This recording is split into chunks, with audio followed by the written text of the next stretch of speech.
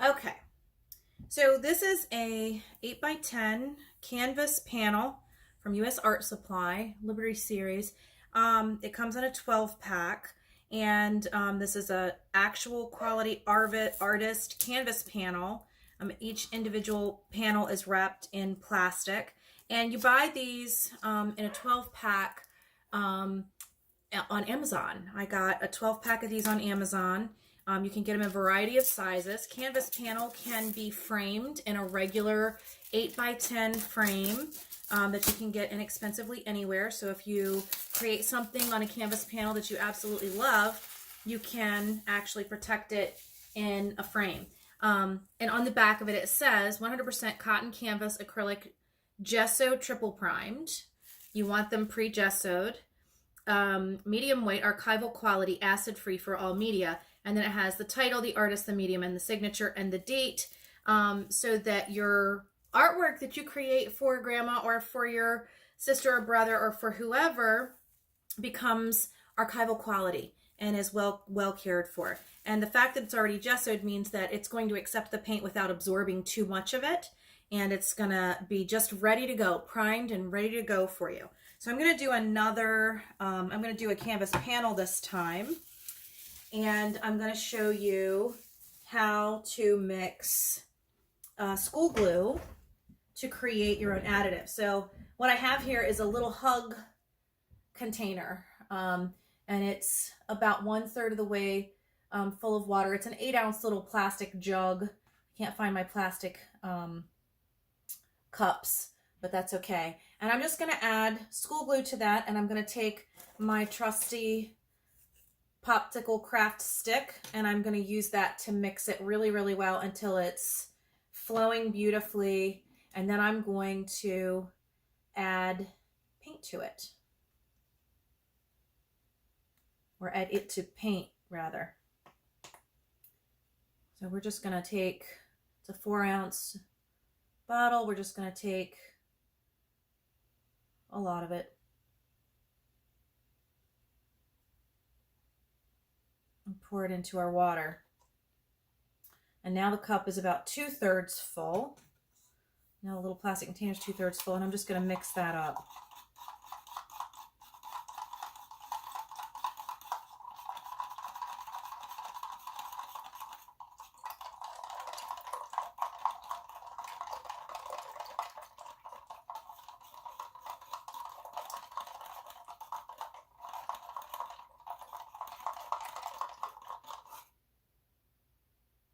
A little bit too drippy. We're going to add some more.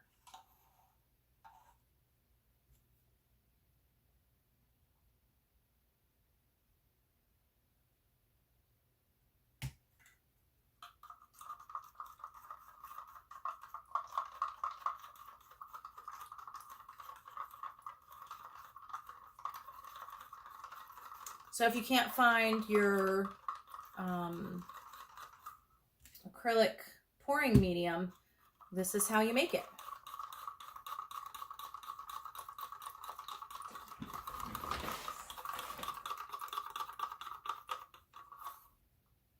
That's better.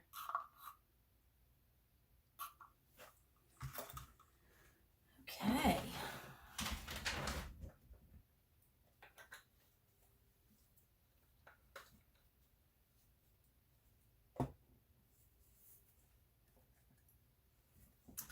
Now I'm going to put some pink paint in there.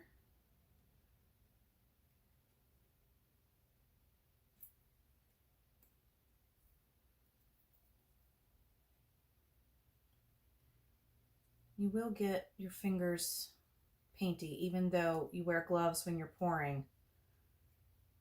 And it does get all over the place if you're not careful. So you don't do this if you're, your kids can't really be doing this on their own. They need your supervision to do this particular type of artwork until they're used to it and they're comfortable keeping themselves and their environment tidy while they're working. There we go. Get that open.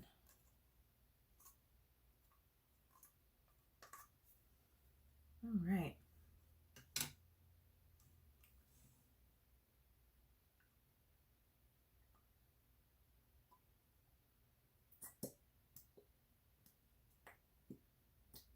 It's very similar in texture to the purple one, which does not surprise me in the least.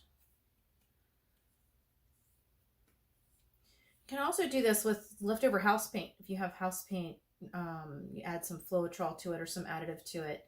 And you can do this with house paint if you have leftover paint at home already and you don't want to spend money on paint when you already have paint. Use your enamel paint that you would use on your walls.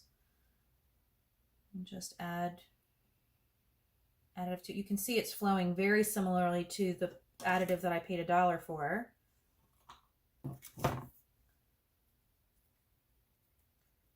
Very, very similar texture now.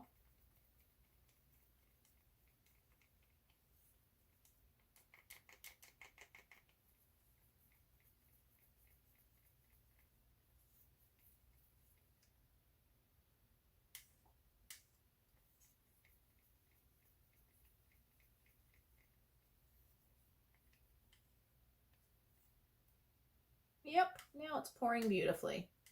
So let's do some hot pink and black.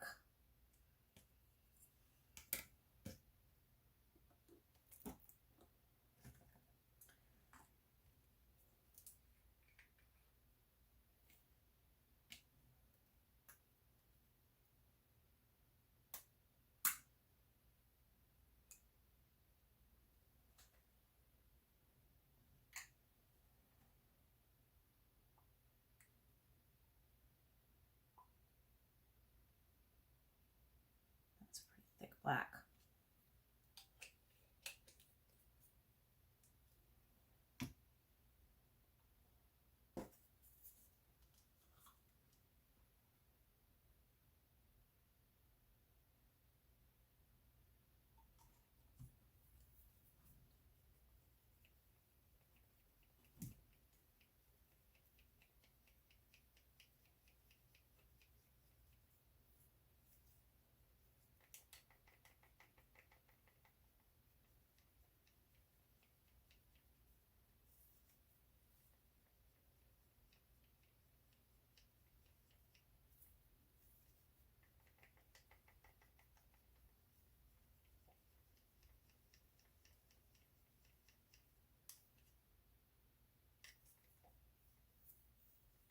That one was a little bit thicker, so I'm going to add a little bit more additive.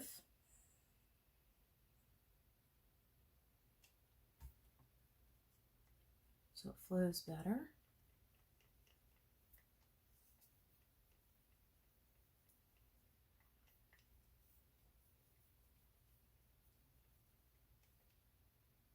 There we go.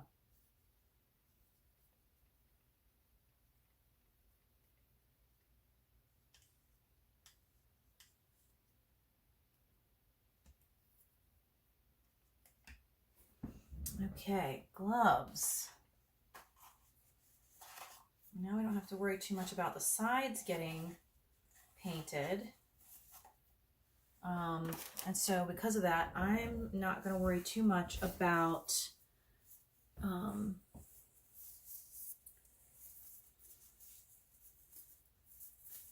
putting paint on the canvas in advance. We're just going to pour and pour and pour and pour and pour because we had plenty of paint the last time. We probably didn't even need the black really, but it did make for a nice little, the colors will pop up through it, and it made a nice interesting thing happen when we blew on it. So that's always good.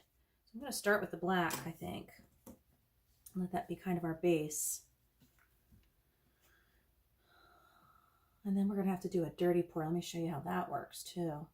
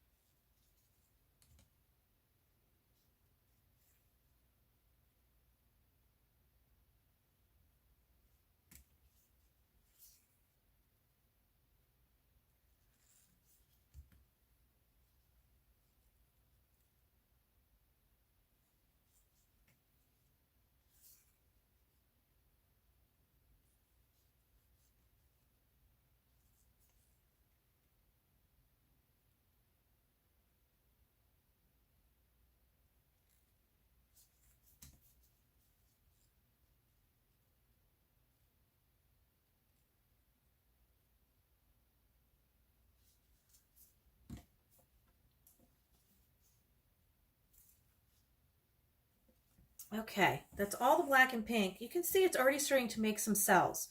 So the different additives behave differently. You're going to see different things happen with the different additives. So now we're just going to start swirling this until it becomes whatever it becomes.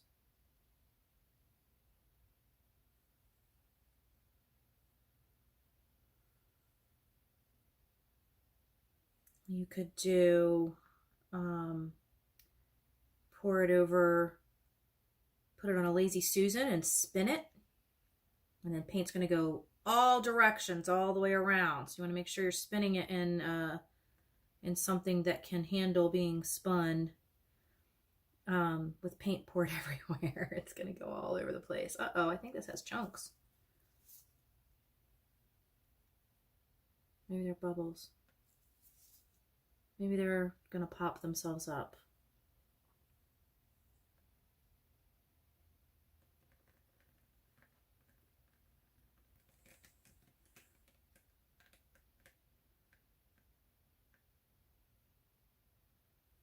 It became muddy. And that's okay. It becomes what it becomes. And we'll just do something else to it to make it do something different. Whatever comes to mind. Oh, we've poured too much off the surface maybe.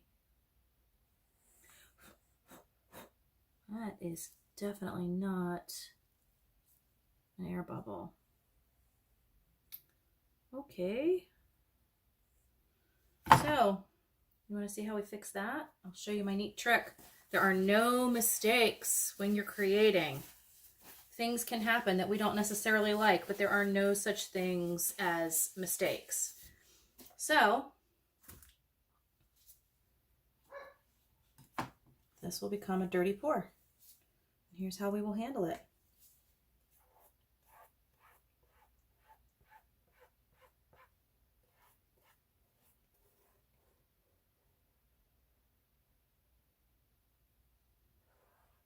I'll just get it right off the canvas into a cup because it had lumps.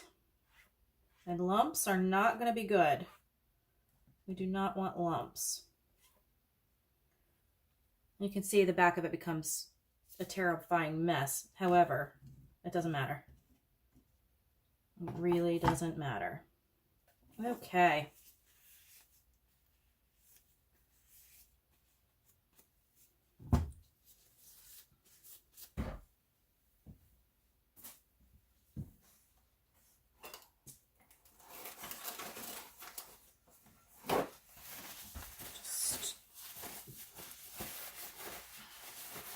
I'm wondering if the lumps were from the black paint not being mixed very well because I was kind of hurrying.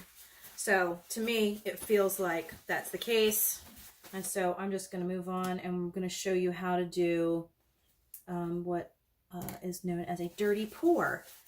So the first thing we're going to do is we're going to cover the canvas in such as it is, wet as it is, with the mess that it is, it doesn't matter. I'm going to go ahead and use my pre-made light base to give us a good base for the paint to flow. We're just going to give it a lot of that, just a lot of that.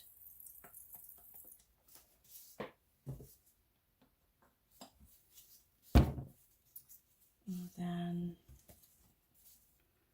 we're going to spread that around because its purpose is to allow for flow. Its purpose is not to be necessarily a beautiful, perfect white canvas, but to give the paint some flow because the canvas is dry.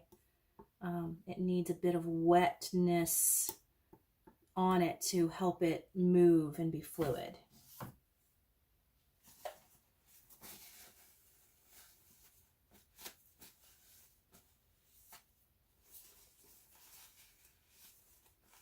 Okay.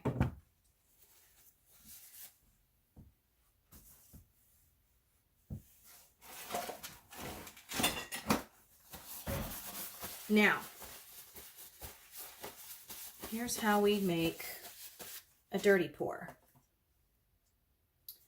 We take our little cup and we pick our colors.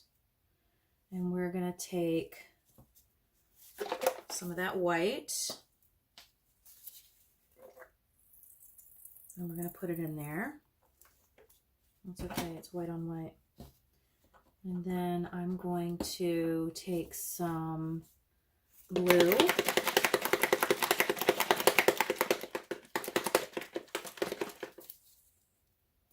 And I'm gonna put it in the same cup.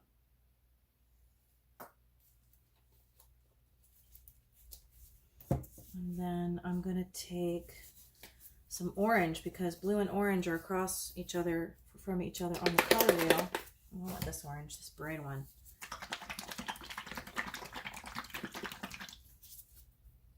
So they're complementary colors. I'm gonna put some orange in there. And then I'm gonna put some more white.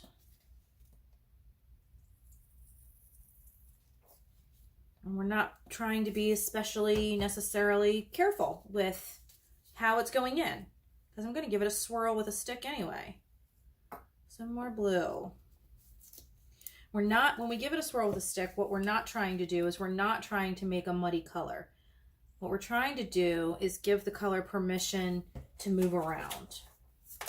So sometimes you give it a little sort of boop, boop, and that's it. If you mix them too much, because they are across from each other on the color wheel, what you will end up with is muddy colored. It'll look like mud. And then we're just going to take our paint and we're going to start it right down the middle, just taking our time, slowly, slowly, slowly.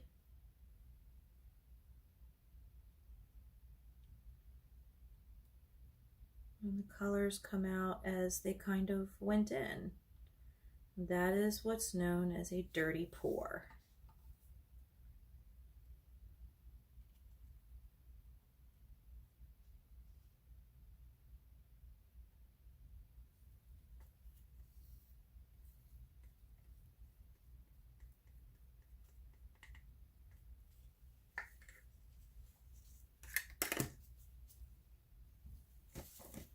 Now,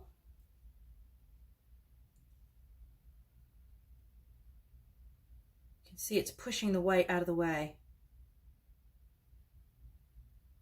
It looks like a geode. I love that.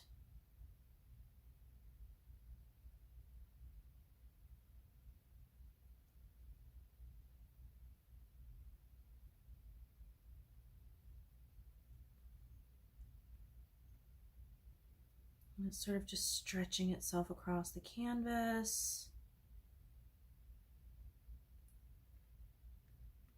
If you get to a point where you just like what you see and you don't want it to stretch too much further, you can just stop. But you need to know that that is going to take a long time to dry if you've let it puddle in one section more than another. And so it's just going to take a while to get dry. If you feel like it's too off center or it's stretched too funny, just go back the other direction.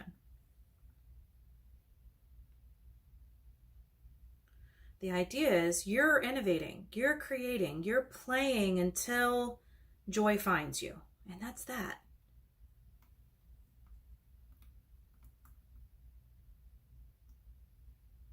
Oh, I got too much orange over there. I'll go back a little bit. I'm gonna get that white off the edge. I don't like it. There we go. And now you see what the tray is for. The tray is to catch the mess.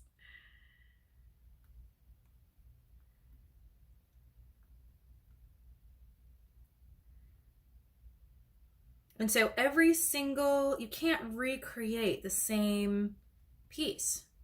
Each single piece is completely unique unto itself. It can't be imitated or recreated. That is gorgeous. I am very happy with how that looks. Okay, let me get these gloves off. It's got a lot of paint on it. It's going to take a long, long time to dry. It kind of looks like a galaxy or a geode or a crystal. And so it's the beautiful thing about abstract art is it looks like whatever it looks like to the person who's viewing it. It may look like something completely different to somebody else, but to me it looks like a geode or a galaxy. And so I am loving this. I am loving this. So I want to show you, just because I can, how to use a balloon. This thing is super cute just like it is, but I'm going to blow up a little balloon. Not very hard. It's not going to be very big. I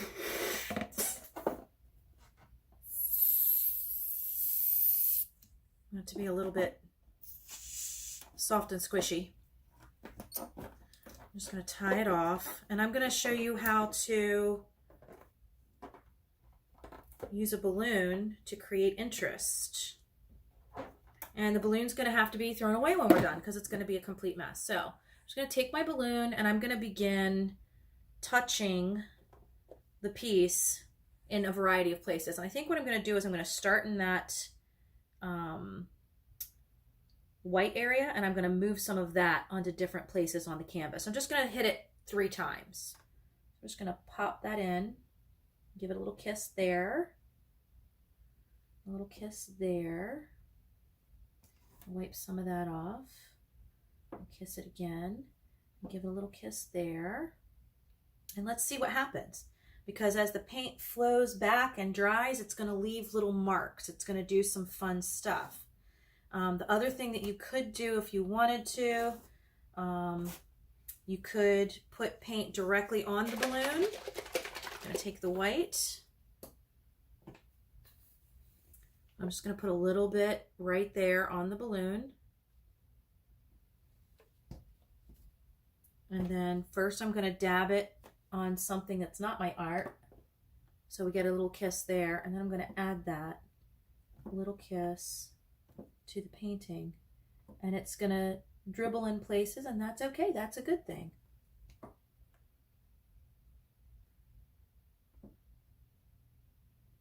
I don't want to do too much more because I don't want it to, that blue and orange to mix and become muddy.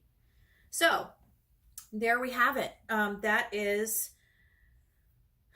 the additives, how to mix the paint, how to make your own additives, different tools you can use, and different ways you can manipulate your artwork to create with fluid acrylic. And I want you to have loads and loads of fun with it. If you have questions or you'd like to get in touch with me, you can find me on Facebook. My name on Facebook is Melody Valentine Prairie, and that's spelled Prairie. You can also come see me at my hair salon before and after in downtown Denton at 405 Market Street. You can see all of my artwork on my walls there. You can also see some of my paintings at the Foundry, where the Caroline County Council of Arts is located.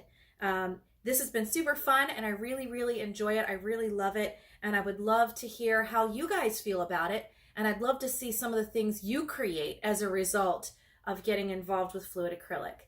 Have a fantastic day.